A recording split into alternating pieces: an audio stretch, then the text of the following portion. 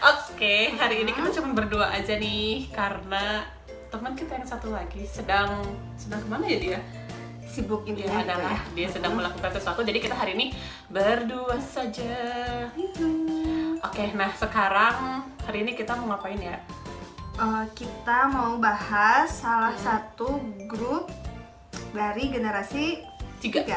Generasi 3 yang kabar-kabarnya ini kita dapetin kabar kalau di Januari ini tuh mereka hengkang alias meninggalkan agensinya yaitu JYP Entertainment. And yup, it's GOT7, baby, it's GOT7. Oke. Sebelum kita bahas, kita bacain dulu berita dari media internasional dan Indonesia. Oke, nih kita pertama ya dapat berita itu dari Sompi yang dia tuh bilang bahwa JYP Entertainment announces GOT7's departure from agency. Tuh ya, terus di sini juga dia bilang on January 11, JYP Entertainment released a statement to officially announce GOT7's departure. JYP Entertainment has confirmed that GOT7 is leaving the agency. Itu dari Sompi. Lalu kita baca lagi, ada dari media Indonesia, dari Kumparan. Katanya JYP Entertainment akhirnya mengkonfirmasi bahwa GOT7 tidak akan memperpanjang kontrak dan bakal hengkang dari agensi. Betul. Nah, lewat pernyataan resminya, JYP menjelaskan kedua pihak setuju untuk tidak melanjutkan kontrak yang akan selesai pada 19 Januari 2021. Berarti berapa hari lagi nih? Ya, beberapa hari lagi. Sekarang tanggal berapa sih? Sekarang kita shoot tanggal 16 ya, Ya 3 hari lagi. 3 hari lagi. Oh, 3 hari lagi? Enggak. 16 Januari itu bertepatan dengan 7 tahunnya GOT7. 16 Januari ya? Iya, mereka debut pada 16 Januari 2014. Ya ampun, pas 7 tahun dan mereka hengkang. Gak tau sih, ini kan kabarnya masih selang-seling nih. Ada yang bilang emang disband, ada yang bilang enggak, tapi sebagian cuma beda besar agensi tapi masih GOT7 katanya. Cuman sebagian besar dari berita yang kita baca sih emang mereka nggak disband katanya gitu. Nah, terus nih dari sumber terpercaya banget yang semua K-popers pasti tahu, itu dari Dispatch. Dispatch juga di sini bilang mereka emang bakalan pokoknya memutuskan tidak memperpanjang kontrak mereka dengan JYP Entertainment. Terus, nah perhelatan Golden Disc Award GDA yang terakhir ya, GDA itu terakhir kapan sih? Minggu lalu ya. Nah GDA itu tuh jadi penampilan terakhir mereka sebagai GOT7. Dan habis itu mereka masuk agensi masing-masing. Kalau Jinyoung katanya kan ke agensi aktor. Terus kalau Yugyeom tuh ke yang punyanya J-Park tuh apa? OMG yang punya J-Park. Terus Mark katanya balik ke LA ya. Katanya dia balik ke LA. Bem juga ke Thailand. Tapi kurang tahu sih kalau itu. JB terus katanya dia mau ke label hip hop. Terus Jackson dia bareng kemana sih? Pokoknya dia juga banyak aktivitas di Hong Kong gitu ya. Iya, karena sebelumnya dia emang solo juga kan, banyak solonya. Gitu. Jadi sungguh disayangkan. Gak tahu sih sebenarnya. Menurut kamu gimana? Disayangkan apa tidak? Kalau menurut aku sayang sih karena fanbase-nya mereka tuh udah gede banget. Terus apa ya, karena mereka pertamanya dari GOT7, jadi kalau kasihan fanbase-nya. Agase. Kasihan sih fanbase-nya menurut aku juga. Cuman dari kayaknya seminggu terakhir ini juga udah lihat banget banyak kayak bermunculan, udah rame banget kan, bermunculan banyak di TikTok gitu yang sebenarnya Agase sendiri ngerasa seneng sebenarnya untuk keputusan keluarnya si GOT7 ini gitu, maksudnya nggak nerusin kontrak mereka sama JYP karena banyak, ini berdasarkan netizen ya, bukan berdasarkan kita, bukan berdasarkan kita, katanya JYP itu kurang mempromosikan lah ya, kurang mempromosikan si GOT7 itu sendiri, dan si JYP itu lebih fokus sama grup lain gitu. Terus ya sih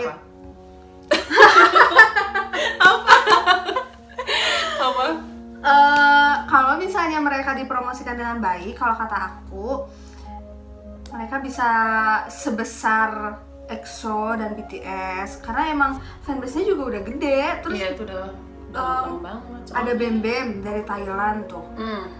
Dia tuh kayak yang punya Thailand gitu ya. Jadi sayang banget ya kan JYP tuh kehilangan GOT7. Iya sih, kalau menurut aku juga gitu. Market pasar globalnya tuh jadi berkurang mungkin ya di daerah di Thailand. Terus udah gitu Jackson yang jelas-jelas aktif banget gitu kan, entah itu di Hong Kong atau bahkan di Korea juga dia banyak aktif. Terus di Korea juga dia kan karena English speaker, jadi dia banyak temen yang maksudnya mereka dia gabung sama yang kayak ikutan bareng Eric Nam, Ailey kayak gitu itu kan lebih masukin banget ke pasar internasionalnya gitu kan. Nah dengan mereka disband kan jadi sebenarnya menurut kita tuh kayak suatu kerugian lah buat JYP. Terus udah gitu sempet kayaknya pernah deh sekali atau Jackson tuh diundang di kayak acara podcastnya gitu tapi di luar negeri dan dia datangnya emang sendiri gitu, nggak bareng GOT7. Padahal kan kalau misalkan masih bisa bareng GOT7 mungkin bisa promosinya kesananya bisa lebih banyak lagi ya. Yang itu juga sih salah satu yang disayangkan tuh promosi per membernya juga agak timpang nggak sih? Jadi yang satu terkenal banget tapi yang satunya agak kurang di mana jarang kelihatan gitu. Yang udah jelas semua orang tahu mungkin ya. Ini dari perspektif kita sih, tapi mungkin orang-orang juga bisa lihat kayak Jin Young gitu kan, dia aktif banget tuh di dunia drama acting. Terus kalau misalkan Jackson dia juga aktif di variety show, ya kan gitu. Solonya juga aktif. Terus kayak featuring terakhir sama siapa tuh Nununan Jessie. Nununan itu kan juga maksudnya banyak aktif lah. Terus JB juga kayaknya dia sering nyanyiin solo gitu ya, nyanyiin solo. Terus yang udah kedengeran tuh sebenarnya kalau aku pribadi nggak pernah dengar aktivitasnya dari Mark. Nggak tahu ya kalau misalnya Agase. Tapi kalau kita sebagai penggemar K-pop yang nggak masuk fanbase-nya, aku jarang dengar Mark ada di sini gitu. Atau Yugyeom juga jarang sih. Kalau Bem Bem kan udah tau lah ya di negara aslinya juga dia ini banget gitu. Terus Jackson juga sekarang di negara aslinya yang apa sih yang ngasuh anak gitu loh, tau kan? Iya. Ada kan yang itu yang ngasuh anak kecil, entah itu anaknya benar atau apa sih, aku nggak nonton dari awal soalnya sorry agak sih. Aku nonton dari awal, nanti aku kan pelajari lebih banyak lagi tentang mereka. Ya gitulah pokoknya pendapat kita juga kayak JYP jadi ngerasanya iya sih timpang banget ya untuk promosi antara membernya. Ya mungkin gak JYP aja, emang agensi-agensi lain juga terlihat ya sama kita siapa yang lebih banyak dikasih banyak dikasih promosi panggung panggung atau banyak dikasih konten lah buat mereka gitu. Tapi di sebagian yang lainnya nggak terlalu kelihatan. Tapi sebenarnya dia kayak gini udah dari dulu juga semua agensi kayak gini ya, makanya gitu. Terus ini juga udah tahun ke-7. Kalau misalkan kalian udah jadi K-popers sejak lama kalian bakalan pasti dengar istilah yang kutukan 7 tahun untuk grup idol tuh. Nggak tahu ya ini apakah ya pasti kalau misalnya yang denger ini pasti bakalan ngarahnya ke situ. Oh udah 7 tahun nih. Kutukan 7 tahun. GOT7 kena kutukan 7 tahun nih. Karena di dunia K-pop tuh ada yang disebut kutukan 7 tahun, dimana kalau misalkan udah 7 tahun tuh ya udah mulai gonjang-ganjing gitu loh, udah mulai gonjang-ganjing. Akhirnya bakalan kayak gitu. Akhirnya antara disband atau segala macam. Tapi kan berita baiknya nih, semua Agase juga udah tahu katanya kalau emang GOT7 itu gak akan disband gitu, cuman keluar aja dari JYP.